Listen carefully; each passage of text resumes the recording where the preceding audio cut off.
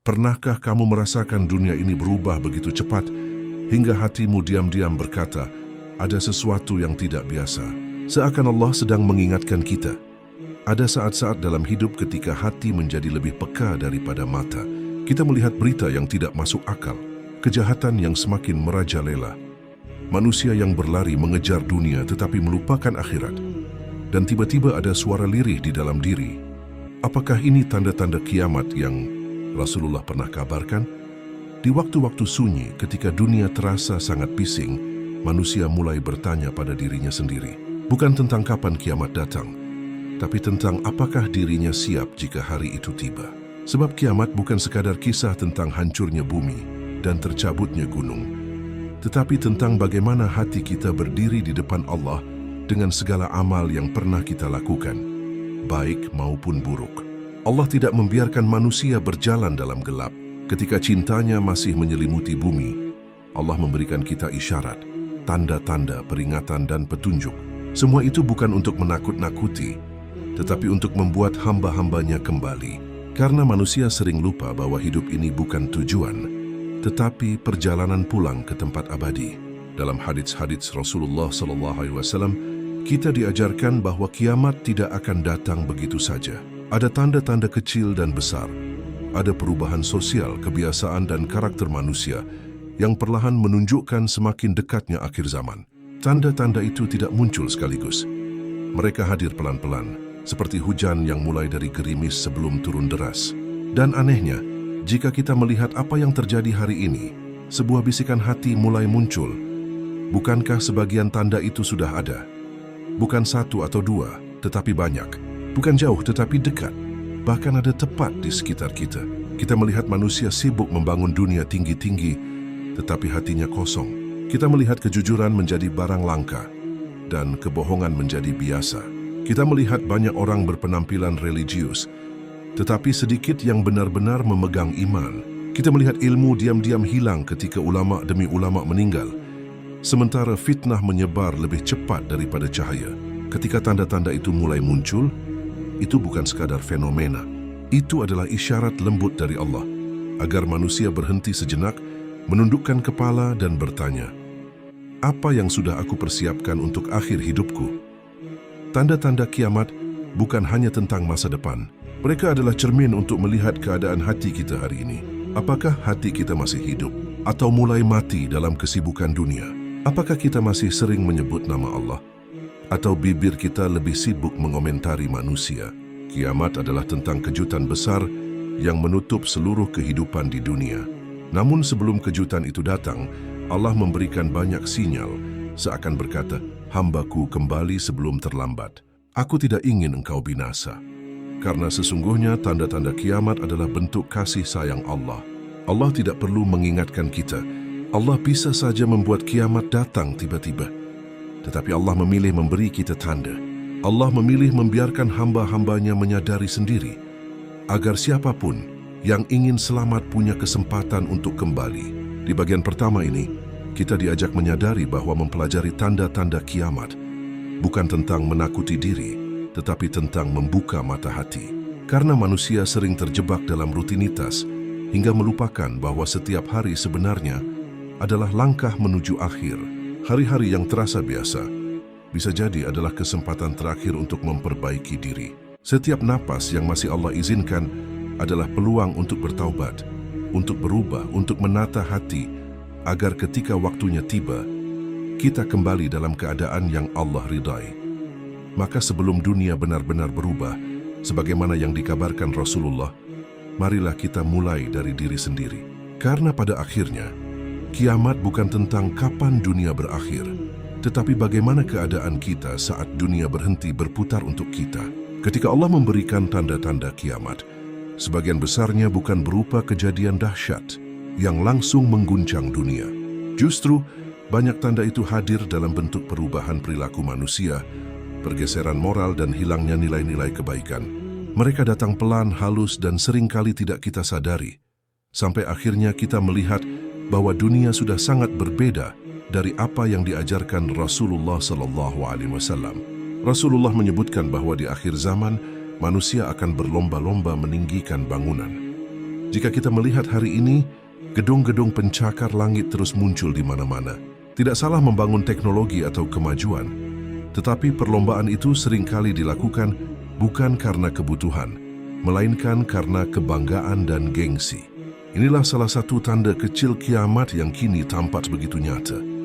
Tidak hanya itu, Rasulullah mengabarkan bahwa amanat akan disia-siakan, jabatan dan kepemimpinan akan diberikan kepada orang yang tidak ahli.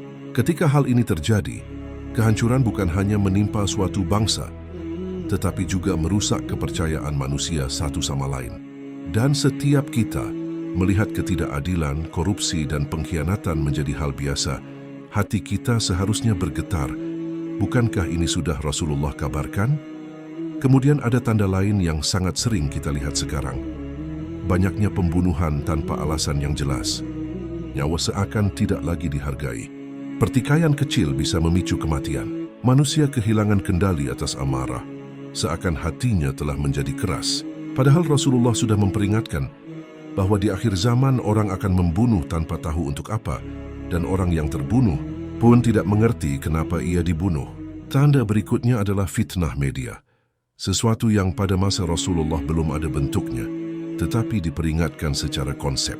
Informasi menyebar begitu cepat. Yang benar bisa terlihat salah, yang salah bisa tampak benar. Banyak orang berbicara tanpa ilmu, memberikan opini tanpa dasar, dan menyebabkan kegaduhan yang merusak hati jutaan orang. Kebenaran menjadi kabur karena semua orang ingin didengar, tetapi sedikit yang benar-benar ingin memahami. Rasulullah juga menyampaikan bahwa ilmu agama akan sedikit demi sedikit hilang, bukan karena buku-bukunya dihapus, tetapi karena ulama wafat satu demi satu, hingga akhirnya masyarakat mencari jawaban agama bukan kepada ahlinya, tetapi kepada mereka yang pandai berkata-kata namun tidak memiliki kedalaman ilmu. Ketika ini terjadi, maka muncul fatwa yang menyesatkan dan kebingungan yang merusak kesucian syariat. Tanda-tanda kecil ini mungkin terlihat sepele bagi sebagian orang, tetapi bagi hati yang peka, semuanya seperti tanda lampu merah yang menyala satu persatu. Setiap tanda yang muncul seolah berkata, kembalilah, dunia sedang memasuki babak akhir. Jika kita perhatikan, sebagian besar tanda kecil ini bukan tentang bencana alam atau perubahan langit, tetapi tentang perubahan manusia. Dan ketika manusia berubah, dunia pun ikut berubah. Tanda-tanda kiamat kecil adalah peringatan yang halus tetapi sangat kuat. Mereka tidak datang sekaligus, namun muncul bertahap untuk membuat manusia sadar. Allah tidak langsung memberikan guncangan besar, tetapi terlebih dulu mengirim sinyal-sinyal yang bisa dirasakan oleh siapapun yang mau melihat dengan hati. Dan ketika kita menyadari bahwa banyak dari tanda-tanda kecil itu sudah terjadi, bukan berarti kita harus takut. Yang harus kita lakukan adalah memeriksa hati, memperbaiki sikap, dan mengingat bahwa Allah memberi kita tanda bukan karena ingin menghukum, tetapi karena ingin kita segera kembali kepadanya sebelum pintu taubat tertutup. Ada satu hal yang paling berat di akhir zaman, sesuatu yang bahkan para sahabat Rasulullah takutkan, fitnah. Fitnah bukan hanya kabar palsu atau berita bohong, tetapi segala sesuatu yang membuat manusia bingung, tersesat, dan jauh dari kebenaran. Rasulullah SAW telah memperingatkan bahwa akan datang suatu masa ketika seseorang bangun sebagai mukmin, tetapi tidur dalam keadaan kafir, bukan karena ia tidak percaya lagi, tetapi karena fitnah membuat hatinya goyah, ragu, dan lelah. Hari ini, kita hidup di masa yang persis seperti itu. Masa ketika kebenaran tidak lagi terang, dan kebatilan tidak lagi tampak gelap. Keduanya bercampur, membingungkan, dan membuat manusia sulit membedakan mana yang benar-benar dari Allah dan mana yang sekadar pendapat manusia. Fitnah akhir zaman hadir dalam banyak bentuk. Ada fitnah media yang membuat sesuatu yang haram terlihat biasa dan sesuatu yang makruf tampak kuno. Banyak orang bangga berbuat dosa, sedangkan orang yang menjaga agama justru diejek atau dianggap berlebihan. Inilah masa ketika yang salah dipuji dan yang benar dicaci. Ada fitnah lifestyle, gaya hidup yang memaksa manusia mengubah cara pandangnya tentang hidup. Tren demi tren muncul seakan mendorong manusia untuk mengikuti hawa nafsu. Pergaulan bebas dianggap wajar, pakaian semakin tipis dianggap seni, sementara menutup aurat dianggap fanatik.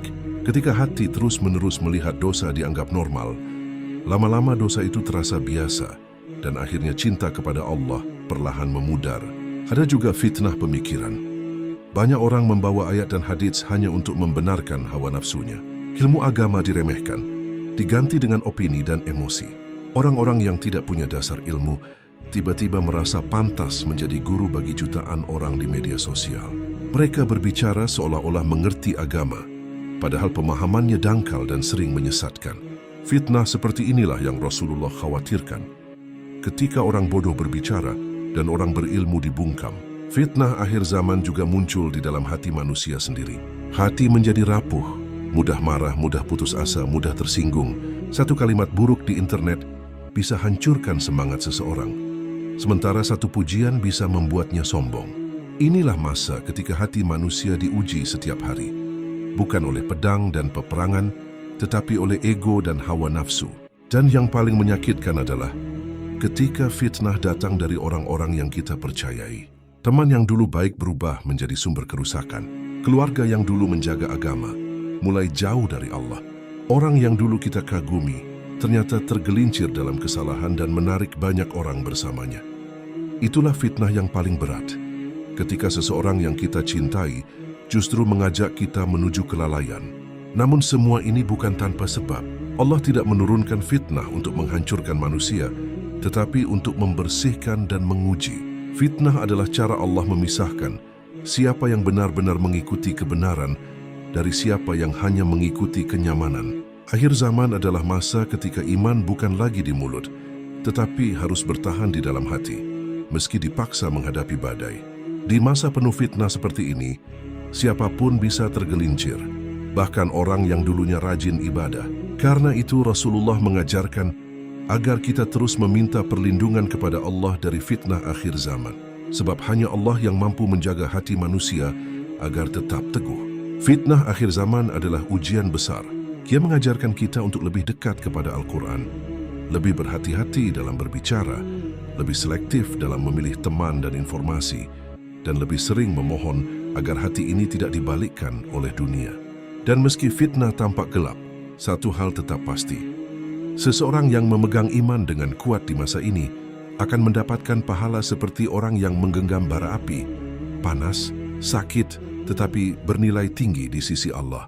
Jika tanda-tanda kiamat kecil datang pelan, halus, dan sering berlangsung tanpa manusia sadari, maka tanda-tanda kiamat besar adalah kebalikannya. Mereka datang dengan dahsyat, jelas, dan tidak akan bisa disembunyikan. Ketika tanda besar muncul, dunia tidak lagi sama. Hati manusia akan terguncang, dan bumi tidak lagi berjalan sebagaimana biasanya. Rasulullah SAW mengabarkan tanda-tanda besar ini bukan untuk membuat kita panik, tetapi agar kita sadar bahwa suatu hari bumi ini akan benar-benar berhenti berputar. Tanda kiamat besar akan datang berurutan, seperti untaian kalung yang putus dan manik-maniknya berjatuhan satu persatu tanpa bisa dihentikan. Dan ketika tanda pertama muncul, pintu taubat yang selama ini Allah buka begitu lebar akan perlahan tertutup. Saat itu, waktu untuk kembali sudah hampir habis. Di antara tanda besar itu, yang pertama dan paling menakutkan bagi manusia adalah munculnya Dajjal, sosok yang penuh fitnah, pembohong terbesar sepanjang sejarah. Dajjal bukan hanya menipu dengan kata-kata, tetapi dengan kekuatan yang membuat banyak orang takjub. Ia mampu menunjukkan hal-hal yang tampak seperti keajaiban, padahal semuanya hanyalah ujian dari Allah. Banyak manusia akan tersesat karena Dajjal membawa janji dunia, kekayaan, kesehatan, kemudahan, semua yang manusia inginkan. Tetapi di balik itu, ia membawa kerusakan iman yang sangat besar. Rasulullah mengingatkan bahwa siapa yang tidak kuat imannya akan mudah terpedaya olehnya. Setelah itu, Allah menurunkan Nabi Isa alaihissalam kembali ke dunia, bukan sebagai nabi baru, tetapi untuk mematahkan fitnah Dajjal dan mengembalikan keadilan. Nabi Isa akan hidup di tengah manusia, memimpin dengan kelembutan dan kebenaran. Turunnya beliau adalah tanda bahwa dunia sedang memasuki babak terakhirnya. Namun belum selesai, akan muncul pula Ya'juj dan Ma'juj, dua bangsa besar yang selama ini tersembunyi. Ketika mereka keluar, dunia akan mengalami kekacauan yang belum pernah terjadi sebelumnya. Jumlah mereka sangat banyak, dan mereka merusak apapun yang mereka lewati. Umat manusia akan merasa sangat kecil dan tidak berdaya. Ini adalah masa ketika kesabaran benar-benar diuji dan doa menjadi satu-satunya kekuatan yang tersisa.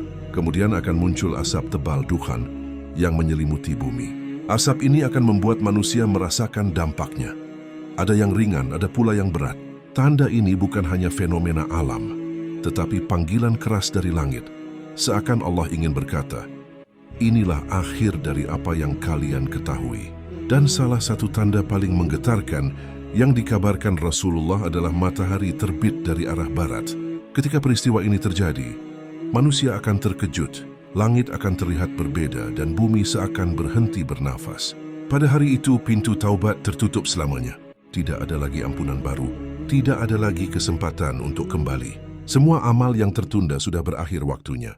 Terakhir akan muncul Dabbah, hewan melata dari bumi yang berbicara kepada manusia. Tidak ada yang bisa bersembunyi darinya. Ia akan menandai orang-orang beriman dan orang-orang yang mendustakan Tuhan, sehingga manusia tidak lagi bisa berpura-pura. Pada masa ini, dunia telah benar-benar memasuki akhir dari akhirnya. Semua tanda ini bukan sekadar cerita untuk menakutkan. Mereka adalah pengingat bahwa dunia yang kita cintai dan kejar selama ini, pada akhirnya akan hancur. Yang tersisa hanyalah amal, iman, dan hubungan kita dengan Allah. Tanda-tanda besar adalah bukti bahwa Allah telah memberi manusia waktu yang sangat panjang untuk kembali sebelum semuanya benar-benar berakhir.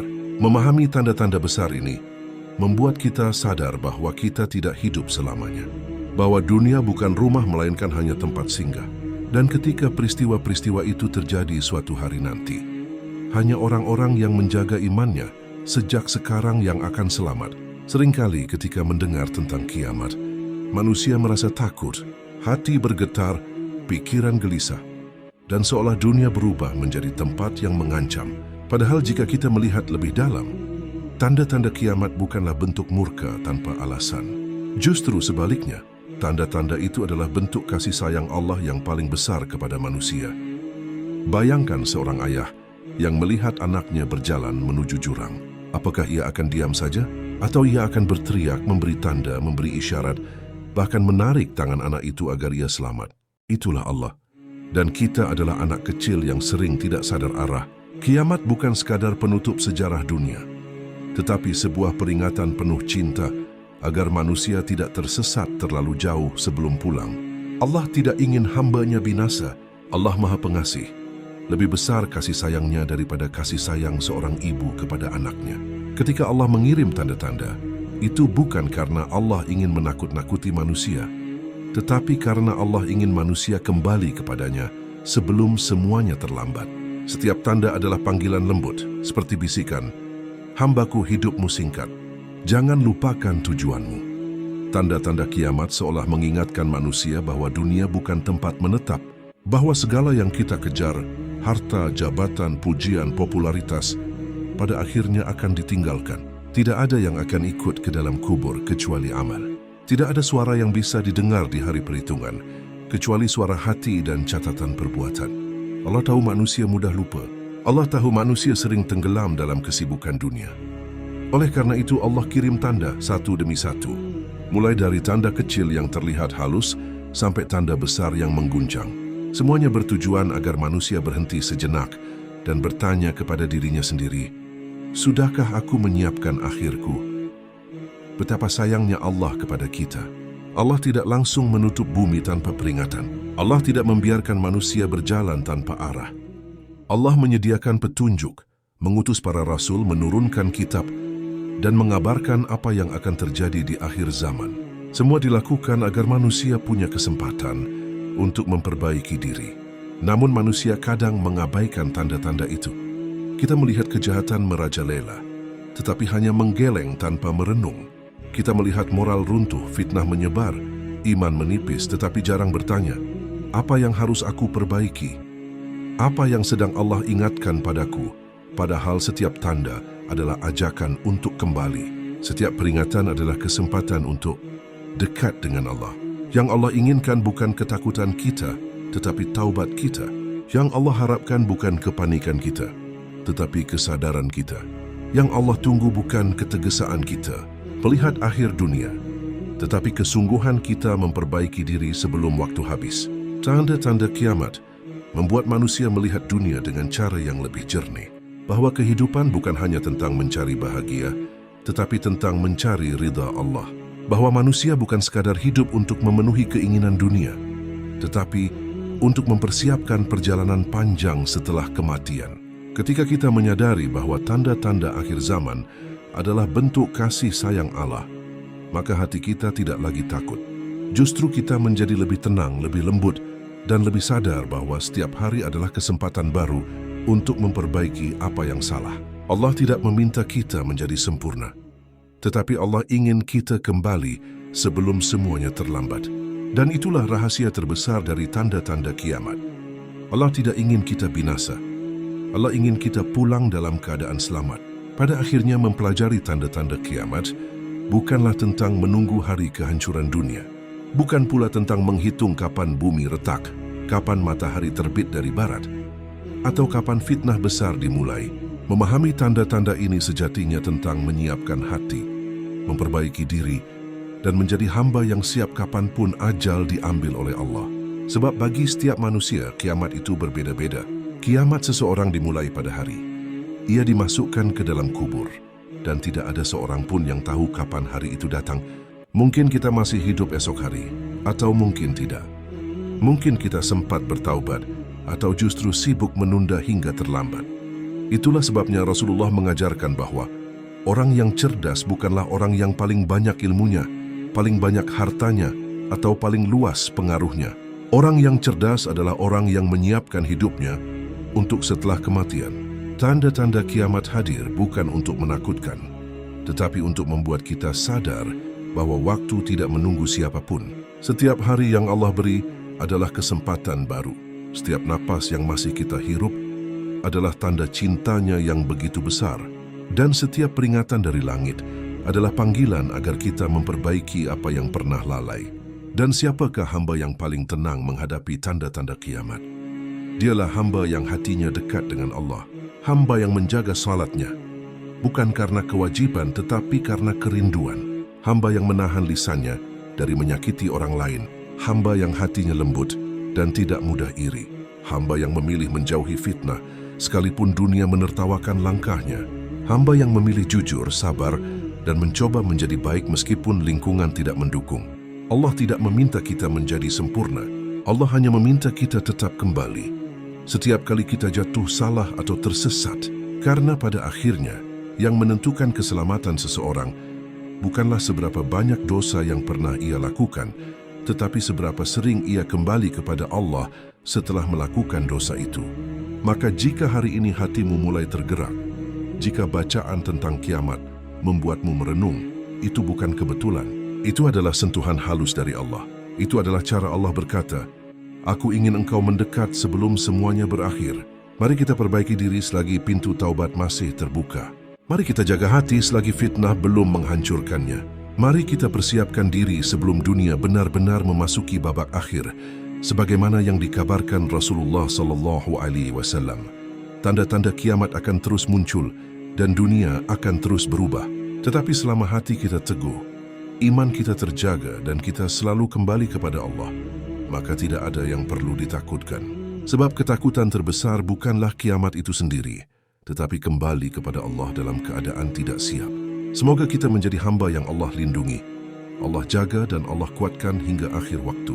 Dan semoga ketika hari itu benar-benar tiba, kita pulang dalam keadaan tersenyum karena Allah ridha dengan kita. Amin ya Rabbal Alamin.